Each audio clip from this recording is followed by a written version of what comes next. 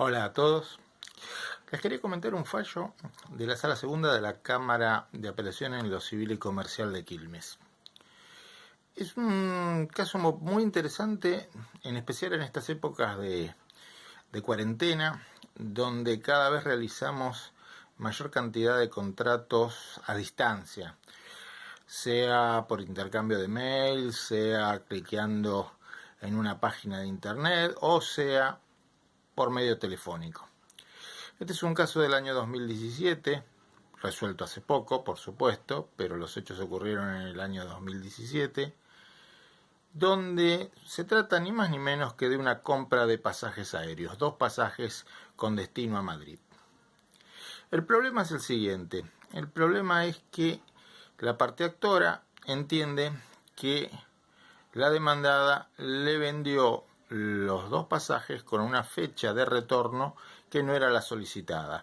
Ellos habían pedido fecha de retorno para el 22 de septiembre y los pasajes, cuando les llegaron vía mail, tenían fecha de retorno 22 de agosto. Toda la operación, todo el contrato de los pasajes, tanto de ida como de vuelta, se realizó por medio telefónico. La demandada acompañó la grabación y planteó que en la grabación, en 2 ocasiones, la telefonista, la operadora, una tal Jennifer, lo menciono porque en el fallo se la va a mencionar muchas veces, en 2 ocasiones mencionó como fecha de regreso 22 de agosto y que a pesar de eso la actora no dijo absolutamente nada y por lo tanto no tiene por qué pedir ningún reembolso. En primera instancia se hizo lugar a la demanda, se condenó a la línea aérea demandada a devolver el precio de los pasajes en concepto de daño emergente y además a abonar daño moral a favor de ambos actores. Se apeló, la apelación fue básicamente esto que les acabo de decir. Por un lado, que en la conversación telefónica en 2 ocasiones se había mencionado la fecha 22 de agosto y además de eso se invocó el derecho aeronáutico como norma principal de aplicación por sobre el derecho del consumidor. Así, por esa razón, no solamente se invocó el Código Aeronáutico a los efectos de limitar la indemnización, sino el Pacto o la Convención de Varsovia sobre transporte aéreo. En la Cámara es muy interesante el análisis que hace el preopinante de la conversación telefónica. La divide en varios segmentos y concluye que esa conversación entre la hija de los que iban a viajar y la tal Jennifer, operadora telefónica que se encontraba en el call center vendiendo los pasajes, fue una conversación desorganizada, bastante caótica, bastante confusa. La operadora no tenía al principio mucha idea de cuál era la operación. Recién al rato entiende que era una compra de pasajes. Hay muchas esperas en el medio, muchos silencios,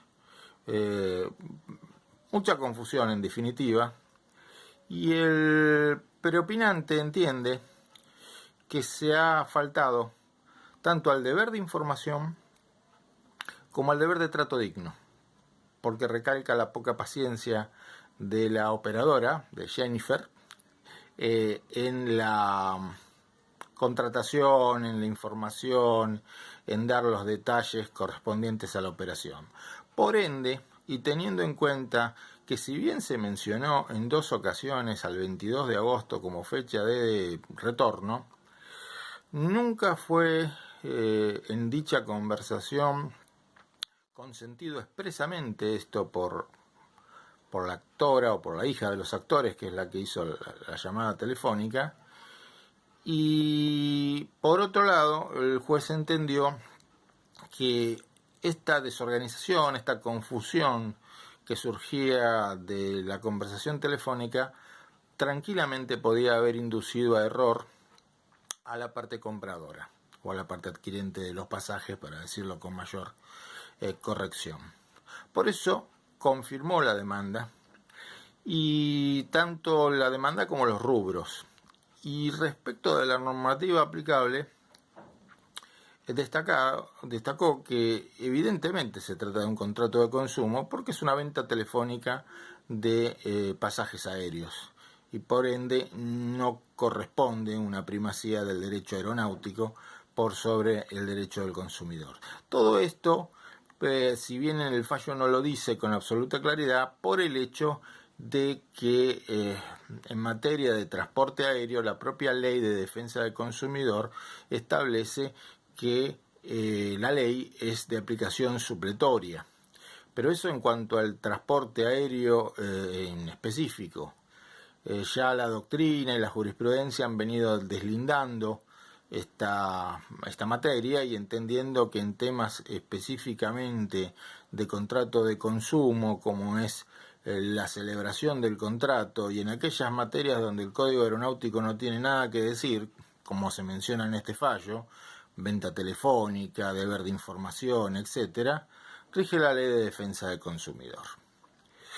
Por ende, me pareció interesante este precedente, sobre todo para lo que viene, que es el notable aumento y la naturalización de las operaciones de contratación a distancia, sea por medios electrónicos o por medios telefónicos. Como siempre, junto con este video encontrarán el fallo completo. Les recomiendo lean el análisis que hace el juez de la llamada, porque nos va a hacer revivir muchas situaciones que hemos tenido en comunicaciones telefónicas con muchas Jennifer que nos atienden y que nos dan la impresión a veces de no entender de qué estamos hablando, qué es lo que queremos, qué es lo que vamos a contratar.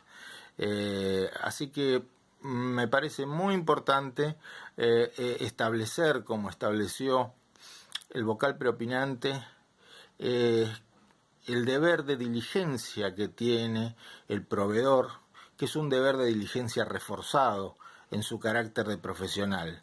El proveedor, como profesional que es, debe extremar los recaudos para dejar muy en claro cuál es el contrato que se está haciendo y cuáles son los detalles del mismo y las particularidades. Se le tiene que exigir, insisto, una diligencia, una prudencia, una experticia superior a la de, digamos así, las personas comunes, es decir, los que no somos especialistas en determinado tipo de contratación. Como decía, espero que el fallo les resulte interesante y como siempre, nos vemos en el próximo video. Hasta luego.